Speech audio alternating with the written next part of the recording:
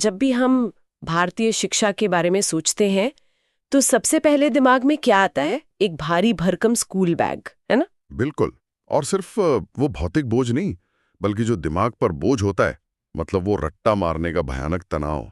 हाँ, एकदम सही कहा आपने।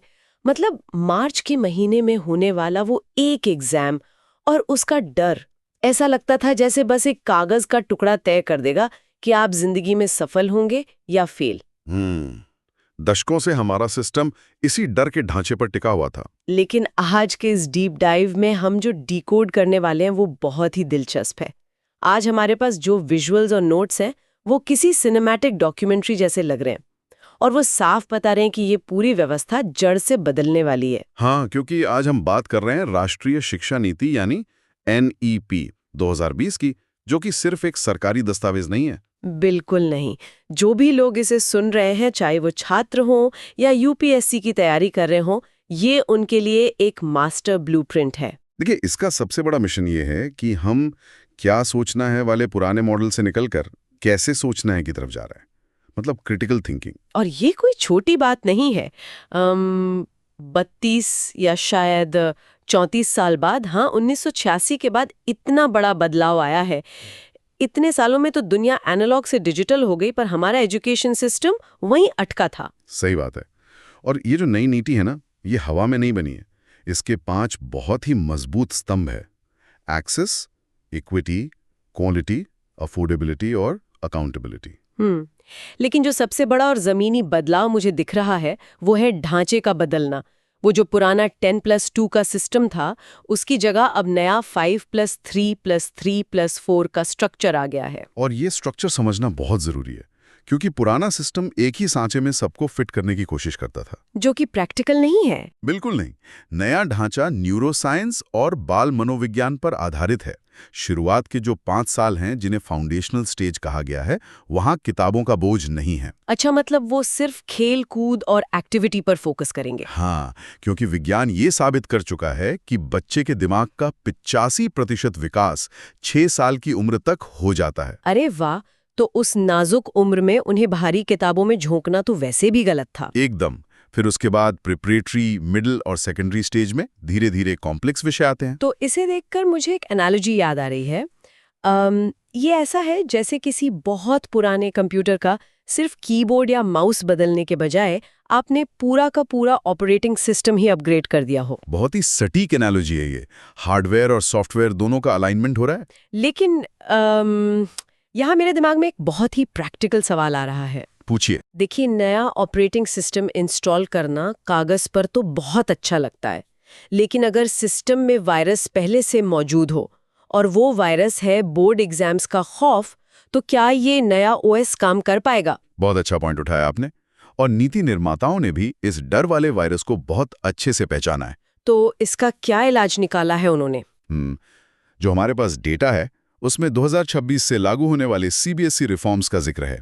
इसमें इवैल्यूएशन के तरीके में एक बहुत बड़ा स्ट्रक्चरल बदलाव होने जा रहा है। वो क्या है? 10वीं के बोर्ड एग्जाम्स अब साल में 2 बार होंगे। 1 मिनट, साल में 2 बार? लेकिन क्या इससे तो तनाव कम होने के बजाय बढ़ नहीं जाएगा? मतलब बच्चे तो पूरे साल भर एग्जाम की ही टेंशन में रहेंगे। सतह से देखने पर यह दोगुना दबाव लग सकता है, लेकिन इसके पीछे का मनोविज्ञान समझना होगा। यहाँ 2 परीक्षाओं का मतलब दोगुना स्ट्रेस नहीं, बल्कि एक सेफ्टी नेट है। अच्छा, सेफ्टी नेट, वो कैसे? देखिए, पुराने सिस्टम की दिक्कत ये थी कि साल में सिर्फ 1 दिन परीक्षा होती थी। अगर उस एक विशेष दिन आपकी तबीयत खराब हो गई या कोई पारिवारिक समस्या आ गई, तो आपका पूरा साल बर्बाद। ये तो है। वो एक दिन ही सब कुछ डिसाइड करता था। लेकिन अब पहली परीक्षा मुख्य होगी और दूसरी परीक्षा इंप्रूवमेंट का एक स्पष्ट मौका देगी। ओह, तो मतलब अगर पहला एग्जाम बिगड़ भी गया तो सब कुछ खत्म नहीं होता। बिल्कुल। जब किसी को ये मनोवैज्ञानिक तसल्ली होती है कि उसके पास अपनी कमियों को सुधारने का एक और वैध अवसर है, तो वो परफॉर्मेंस एंग्जाइटी अपने आप नीचे आ जाती है। ये बहुत ही दिलचस्प तरीका है फेल होने के खौफ को खत्म करने का। लेकिन स्कूल के बाद क्या?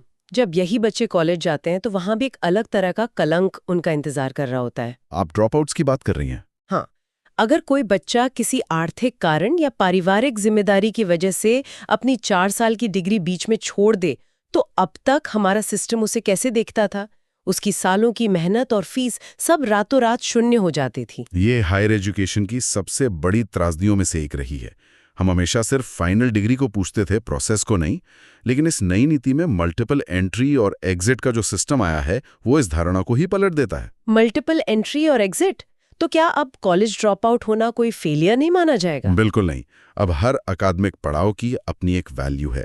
अगर कोई पहले साल के बाद पढ़ाई छोड़ता है तो उसे सर्टिफिकेट मिलता है। अच्छा, और अगर 2 साल बाद छोड़े तो? 2 साल पर आपको डिप्लोमा मिलेगा, 3 साल पर पारंपरिक बैचलर्स डिग्री मिलेगी और 4 साल पूरे करने पर डिग्री विथ रिसर्च। अरे वाह, मतलब अब किसी की भी मेहनत बेकार नहीं जाएगी। पर इन सब का हिसाब कैसे रखा जाएगा जमीनी स्तर पर? इसके लिए जो डिजिटल तंत्र बनाया गया है उसे कहते हैं academic bank of credits, ABC. Academic bank of credits, तो ये ज्ञान के एक डिजिटल सेविंग्स अकाउंट की तरह है? आप इसे बिल्कुल वैसे ही समझ सकते हैं। जैसे आप बैंक में पैसे जमा करती हैं, वैसे ही यहाँ छात्र अपने नॉलेज क्रेडिट्स जमा करेंगे। तो अगर मैंने कोई ऑनलाइन कोर्स किया या कोई वोकेशनल ट्रेनिंग ली तो उसके क्रेडिट्स भी मेरे अकाउंट में जुड़ जाएंगे? 100%। और सबसे अच्छी बात यह है कि ये डिजिटल तिजोरी आजीवन वैध है। ये बहुत ही क्रांतिकारी विचार है। लेकिन मुझे कॉर्पोरेट जगत की मानसिकता को लेकर एक शंका है। क्या आज का एचआर सिस्टम 1 साल के सर्टिफिकेट वाले युवा को नौकरी देने के लिए तैयार है? ये एक बहुत ही वाजिब फ्रिक्शन पॉइंट है। देखिए, मानसिकता बदलने में थोड़ा समय तो लगेगा, लेकिन ये एबीसी सिस्टम कंपनियों को मजबूर करेगा कि वो हायरिंग का नजरिया बदलें। मतलब कितना समय बिताया है, इसकी जगह क्या स्किल्स हैं, इस पर फोकस करें। एकदम सही। इंडस्ट्री को आखिरकार डिग्री नहीं बल्कि काम करने वाले लोग चाहिए। हाँ बिल्कुल।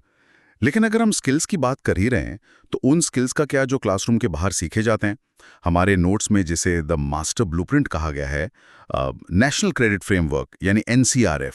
हाँ, एनसीआरएफ एक बहुत बड़ी छतरी की तरह है, या यूं कहें कि ये एक यूनिवर्सल करेंसी एक्सचेंज है। यूनिवर्सल करेंसी एक्सचेंज, ये टर्म मुझे बहुत पसंद आया। मतलब जैसे अलग अलग देशों की करेंसी को हम एक्सचेंज कर सकते हैं, वैसे ही अलग अलग स्किल्स को। बिल्कुल, चाहे वो किताबी ज्ञान हो, कोई कोडिंग बूट कैंप हो या लकड़ी तराशने का हुनर, ये फ्रेमवर्क इन सब को एक मान्य क्रेडिट करेंसी में बदल देता है। तो ये काम कैसे करता है? इसके 3 मुख्य आयाम हैं। एक्स एक्सिस पर एकेडमिक शिक्षा है, वाई एक्सिस पर कौशल या स्किल है और जेड एक्सिस पर आपका व्यवहारिक अनुभव है। तो ये तीनों मिलकर एक छात्र का 360 डिग्री प्रोफाइल बनाते हैं। जी। और इसका जो सबसे चुनौतीपूर्ण लेकिन जरूरी हिस्सा है वो है रिकग्निशन ऑफ प्रायर लर्निंग यानी आरपीएल। हाँ, भारत में तो ये बहुत जरूरी है क्योंकि यहाँ बहुत से लोग अनौपचारिक क्षेत्र में काम करते हैं। बिल्कुल, ऐसे लाखों लोग हैं जिनके पास कमाल का हुनर है लेकिन उसे साबित करने के लिए कोई डिग्री नहीं है। लेकिन देखिए, यही तो मेरा सवाल है। मान लीजिए एक पारंपरिक बुनकर है जो बहुत ही बारीक काम करता है। अब उसका हुनर किसी टेक्सटाइल इंजीनियर से कम नहीं है। सही कह रही हैं। पर उस बेचारे बुनकर को इस जटिल फ्रेमवर्क और क्रेडिट्स के चक्कर में कैसे लाया जाएगा? क्या वो लाल फीताशाही और कागजों में उलझकर नहीं रह जाएगा? ये डर स्वाभाविक है, लेकिन आरपीएल का असेसमेंट बहुत ही प्रैक्टिकल तरीके से डिजाइन किया गया है। अच्छा, तो क्या उन्हें कोई रिटन एग्जाम नहीं देना होगा? बिल्कुल नहीं, कोई उन्हें वापस क्लासरूम में नहीं बैठाएगा। ये असेसमेंट ऑन साइट होता है। विशेषज्ञ उनके काम का सीधा अवलोकन करते हैं, उनके बनाए गए प्रोडक्ट्स देखते हैं। ओह, तो वो प्रैक्टिकली काम करते हैं देखकर क्रेडिट्स देंगे। हाँ, और एक बार उनका हुनर क्रेडिट्स में बदल गया तो वो बुनकर फॉर्मल इकोनॉमी का हिस्सा बन जाता है। फिर वो बैंक से लोन ले सकता है या ट्रेनर भी बन सकता है। ये अनौपचारिक हुनर को ताकत देने का बहुत बढ़िया पुल है। लेकिन इस इतने बड़े और शानदार ब्लूप्रिंट को गांव-गांव तक कैसे पहुंचाया जाएगा? इसके लिए डिजिटलीकरण और वैश्वीकरण का बहुत बड़ा रोल है। अगर हम सिर्फ स्वयं पोर्टल का ही डेटा देखें तो उसमें 5 करोड़ 15 लाख से ज्यादा छात्र जुड़ चुके हैं। 5 करोड़? बाप रे, ये तो बहुत बड़ा नंबर है। और हाँ, मुझे याद आया, नोट्स में वर्चुअल लैब्स का भी जिक्र था। हाँ, 900 से ज्यादा वर्चुअल लैब्स बन चुके हैं। ये काम कैसे करते हैं? देखिए, हर दूर दराज के गांव में महंगे केमिकल वाली फिजिकल लैब बनाना तो मुश्किल है, लेकिन वर्चुअल लैब के जरिए एक बच्चा कंप्यूटर स्क्रीन पर केमिकल रिएक्शन सिमुलेट कर सकता है। अरे वाह, मतलब बिना किसी खतरे और खर्च के वो साइंस एक्सपेरिमेंट कर सकते हैं। बिल्कुल, ये विज्ञान की शिक्षा को सही मायनों में लोकतांत्रिक बनाता है। और इसके साथ ही विदेशी यूनिवर्सिटीज भी तो भारत आ रही है ना? हाँ, ऑस्ट्रेलिया की डीकन और यूके की साउथहैम्पटन जैसी यूनिवर्सिटीज यहाँ अपने कैंपस खोल रही हैं। तो जो बच्चे लाखों रुपए खर्च करके विदेश जाते थे, उन्हें अब यहीं वो क्वालिटी मिलेगी। और दूसरी तरफ हमारे अपने IITs अबू धाबी और ज़ांज़िबार में कैंपस खोल रहे हैं। ये भारत की सॉफ्ट पावर का एक बहुत बड़ा कदम है। ये सब सुन के बहुत अच्छा लग रहा है। एक तरफ गांव-गांव में डिजिटल लैब पहुंच रही है और दूसरी तरफ हम ग्लोबली जा रहे हैं। लेकिन मुझे नोट्स का वो हिस्सा सबसे ज्यादा जरूरी लगा जो समावेशिता यानी इंक्लूसिविटी की बात करता है। हाँ, डिसेबिलिटी राइट्स एक्ट के तहत जो प्रावधान किए गए हैं। बिल्कुल, लर्निंग फॉर ऑल सिर्फ एक नारा नहीं है, अब ये एक अधिकार है। और ये सिर्फ स्कूल में व्हीलचेयर रैंप बनाने तक सीमित नहीं है, ये स्ट्रक्चरल इंटीग्रेशन है। जैसे ब्रेल लिपि में स्टडी मटेरियल देना। हाँ, और सबसे बड़ी बात इंडियन साइन लैंग्वेज यानी ISL को स्टैंडर्डाइज किया जा रहा है। ये तो बहुत बड़ी बात है। मतलब जब पूरे देश में साइन लैंग्वेज एक समान होगी तो मूक बधिर छात्रों को मुख्य धारा में आने से कोई नहीं रोक सकता। बिल्कुल, ये सिर्फ दयाभाव नहीं है, ये हमारे हर नागरिक की क्षमता का सही इस्तेमाल करने की जरूरत है।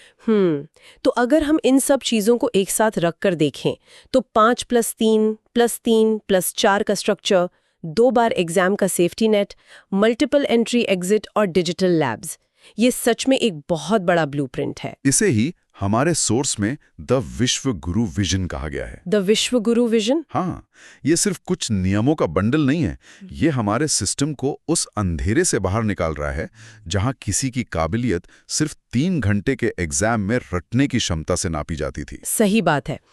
आज के इस डीप डाइव से मुझे लगता है कि एक बहुत ही साफ तस्वीर उभर कर सामने आई है।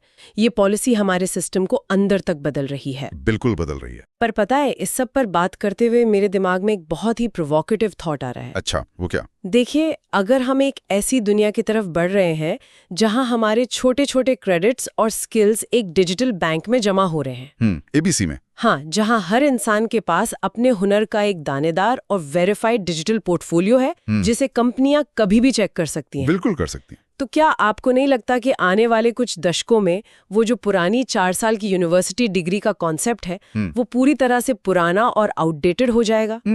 ये तो सोचने वाली बात है। मतलब क्या फ्यूचर में कंपनियां हायरिंग के वक्त वो कागज की डिग्री देखना ही बंद कर देंगी जो बस ये बताती है कि आपने 4 साल एक कैंपस में बिताए हैं? हाँ, और उसकी जगह वो सीधे आपके क्रेडिट लेजर की मांग करेंगी। बिल्कुल, जो साफ साफ बताएगा कि आपने क्या सीखा है और आप असल में क्या काम कर सकते हैं। मुझे लगता है कि हम एक ऐसे दौर के मुहाने पर खड़े हैं जहां शायद डिग्री का युग खत्म हो रहा है और असली स्किल्स का राज शुरू हो रहा है।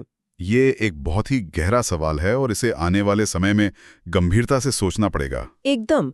जो भी लोग इसे सुन रहे हैं, मैं चाहूंगी कि वो भी इस पर जरूर विचार करें। आज के डीप ड्राइव में बस इतना ही।